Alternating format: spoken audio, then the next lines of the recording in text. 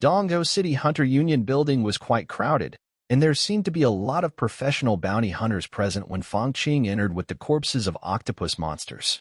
One of the shady-looking guys noticed Fong Ching with the corpses and pointing towards Fong Ching told the other shady guy beside him that the head on that boy's back looked like a D-class demon-wise octopus. Not far from them, Fong Ching heard them talking about him. Judging from their looks, they seemed to be the inspectors of the Hunter Union. As he approached them, they questioned him about how a seemingly powerless student could kill a D-class demon. They even assumed that Fong Ching had stolen someone else's prey for the bounties. Fong Ching, not believing what those two delusional inspectors just said, confidently replied saying, "Can't students fight demons?" Not expecting that quick response from a mere student, those arrogant inspectors asked him to prove it and asked for the hunter's license. Fong Ching knew according to the rules of the union, inspectors were not authorized to look at others' licenses, not that he had one. Fong Ching thought these two guys were just trying to make things difficult for him. Taking Fong Ching's silence as his nervousness, they assumed that Fong Ching panicked and rushed to grab him, saying that he must have stolen those prey and they must confiscate it. But to their surprise, Fong Ching already dodged them with a quick response and leaped backwards several steps. At this point, the crowd present in the Hunter Union also noticed the fight. Among the crowd, an old man with a grandpa cap also saw the whole thing and was amazed to see Fong Ching dodging the two men blocking him despite carrying a heavy load. His smile showed appreciation for Fong Ching, believing that he was not any ordinary student. The bald inspector rushed towards Fong Ching, cursing how he dared try to escape, and tried to catch him by his collar, but not knowing Fong Ching reflex received a straight punch on his face and landed still on the ground. Meanwhile, the other inspector was now behind Fong Ching and threw a right-hand jab which Fong Ching ducked and used the inspector's own momentum to toss him, landing on his back. Someone from the crowd said it was a good move. Within a few seconds, both the inspectors were lying on the ground in pain, while others said the kid would get into trouble. Suddenly from the crowd, the same old man said the fight was over. Other hunters make way for the old man, recognizing him as none other than Hunters Union Vice President Zhou Tai. He said he saw everything that happened. Facing Fong Ching, he said this kid with black hair has the power to kill a D-class demon. On seeing the vice president, the two fallen clowns got up in embarrassment and started ranting and complaining that Fong Ching was causing trouble and not cooperating with them, and that the vice president should take action against him. Hearing this, both Fong Ching and Vice President Zhou Tai were dumbfounded for a moment. Disappointed with the Inspector, Hunter Union Vice President said that they have bad judgment and can't see the strength of other people. In fact, they were the ones who looked for trouble first and still wanted to report it. Scolded by the president, one of the two inspectors tried to give justification, but the vice president cut his words just then, stating that the Hunter Union doesn't feed fools, and fired them both, leaving them weeping in their fate. Vice President approached Fong Ching, appreciating him that he was very skilled and must be having some outstanding hunter ability. Fong Ching thought for a moment and replied cautiously that he didn't have any abilities. He could not afford to let others know about his ability of the Demon Slayer. No abilities. Hearing this, the crowd around him were shocked and disbelief. Some questioned that he had no powers but still managed to beat two strong men, that too carrying a heavy load. And some said that's impossible and he must be hiding something.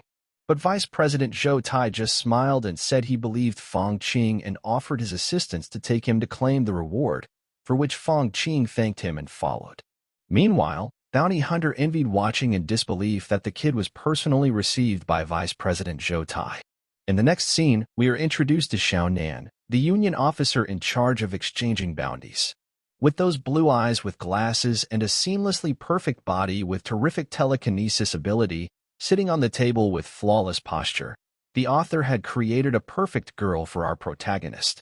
Even Fong Ching was amazed with her telekinesis ability, seeing her carrying heavy corpses with ease.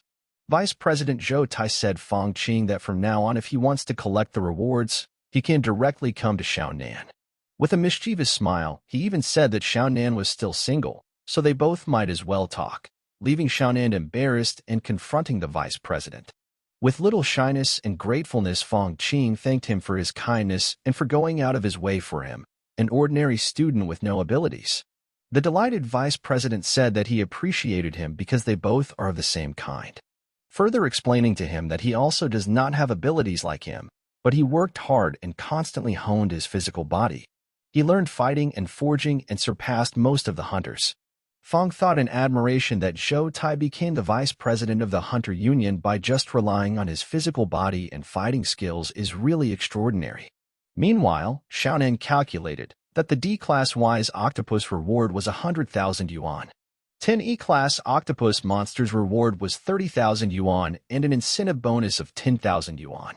She said to Fong Ching that a total of 140,000 yuan had been transferred to his bank card. He thanked her, thinking he had made so much money for the first time.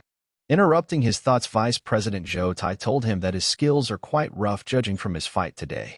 He asked him to give him a call the next time when he comes back, and that he would teach him some moves. But our girl Sha Nan, leaning on the other side of the table, finds their conversation boring. She wonders why all men always talk about fighting and practice. Gazing at Fong Ching, she finds him so handsome and wonders what his type is. Fong Ching thanked the vice president and thought Zhou Tai was a talented senior, and he could learn from him if he had the opportunity in the future. But looking at his bank card, he thought the most important thing right now was to go back and tell her sister that her younger brother she had high hopes for had made money. It was already evening by the time Fong Ching left Donggo City Hunter Union building. While still on the street of the city, he was happy about his first pot of money ever and couldn't wait to let her sister know that. He noticed a gathering of people in front of the broadcasting screen of a building. His eyes dilated when he saw the news being broadcast on the screen. The news anchor was talking about a video of two demons fighting each other gone viral on the internet. The netizens called the demon fighting his own kind the Demon Lord. In shock, Fong Ching's jaw opened wide and his eyes couldn't believe his previous fight with the demon blade had gone viral, and more terrifying was that it was on the news. The news anchor further reported, regarding this incident, that their reporter had interviewed the deputy leader of the Demon Hunter Department, Du Lang, also known as Lone Wolf. He said, demons were never friendly creatures and told people to be cautious. He further informed that they, the Demon Hunters Department, were here to hunt down that Demon Lord and give him a death sentence. One can vouch for his words just by his assertive eyes. His words ever made Fong Ching uncomfortable. Hearing the news, someone from the crowd said that he heard that the blue demon known as the Demon Lord fought with his own kind to save humans, while others dismissed in disbelief. Another said if demons really helped humans, then they shouldn't be called demon lords but heroes. Hearing the chatter, Fong Ching thought his transformation had already aroused the public. Being famous is definitely not a good thing for him. If his identity were revealed, he would be in great trouble. But today is not the moment to worry about all these things. Calming himself, he left for his home. He entered his home with a delighted face, asking what delicious food his sister cooked, but found her anxious waiting for him. She told him that she saw the video on the internet about the monster called Demon Lord. She urges him to be careful on his way home. Fong Ching was shocked to know even his sister knew about this. To change the mood, he said not to care about the video. With a delighted face and twinkle in his eyes, he showed his bank card and said that the card contained 140,000 yuan he earned, leaving her speechless. He said that money was from hunting demons. After practicing, he had become much stronger than before and can now kill demons. Happy for him, she asked if he had awakened his hunter powers. Fong Ching awkwardly said kind of, making her concerned that if he was hurt since fighting demons is dangerous. He assured her that he was fine and gave the money he earned. Pleased, she took the card and said they would use this money to pay off their debts. Since the death of their parents, they have borrowed a lot of money from their relatives. Feeling sorry, Fong Ching asked her if she knew which demon killed them back then. With sadness in her eyes, she denied and said that has always been a mystery. Recalling the information left behind, she replied that the killer was a mysterious demon in the form of flame. After burning their parents and the others in the street, it disappeared from Dongzhou City, and its whereabouts are still unknown. That's all she knew. Fong Ching thought it looked like that demon was something else. He was determined that when he will be strong enough, he must take revenge. He further thought an experienced hunter like Zhou Tai of the Hunter Union may know the truth. Reading his thoughts, Fong Ching's sister touched his face, bringing him to reality, and said that they don't have the strength to take revenge yet. They just need to live peacefully together, which Fong Ching agreed. The next day we see Fong Ching was late for his class.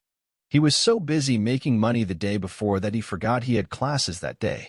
With his increased strength, he ran so fast that the air blew the skirt of a fellow student like Marilyn Monroe's famous picture, and other students didn't even catch who passed them. He entered his class finding all his classmates chatting about the video of Demon Lord. Exhausted, he sat on his chair thinking his life was so demanding, and he was certainly not a demon lord. When behind him standing Lin Longwei said that he had changed. She said he seemed to be a bit stronger than the last 2 days. Fong Ching laughingly rebutted that she must be hallucinating, but thought her intuition was really sharp. Interrupting them midway, Qin Tianyu with a bowl of ramen along with his 2 acquaintances mocked that the lovebirds were chatting early in the morning. Annoyed, Lin concentrated the wind energy on her palm and reminded them if they had forgotten the lesson she taught them the other day. But Fong Ching stepped forward surprising Lin, saying she doesn't need to care about them, and mocked Qin Tianyu, saying he was just a golden retriever, leaving the moron furious. Qin Tianyu threatened him with a sinister expression, saying Fong had got death written all over his face. Using his power on the bowl of ramen, he threw it towards Fong Ching, saying not to think. He won't beat him up just because Lin Longwei was there. The bowl thrown was so fast that it left behind a trail of spilled soup. But Fong Ching, extending his hand, catches the bowl without spilling a bit of ramen, saying he has been at Hunter Academy for 3 years, HHMM. It's nothing to be proud of, but sounds cool at the moment. The next second, Fong Ching snubbed the bowl of ramen with unimaginable speed on Qin Tianyu's face, saying how dare he still thinks that he can bully him.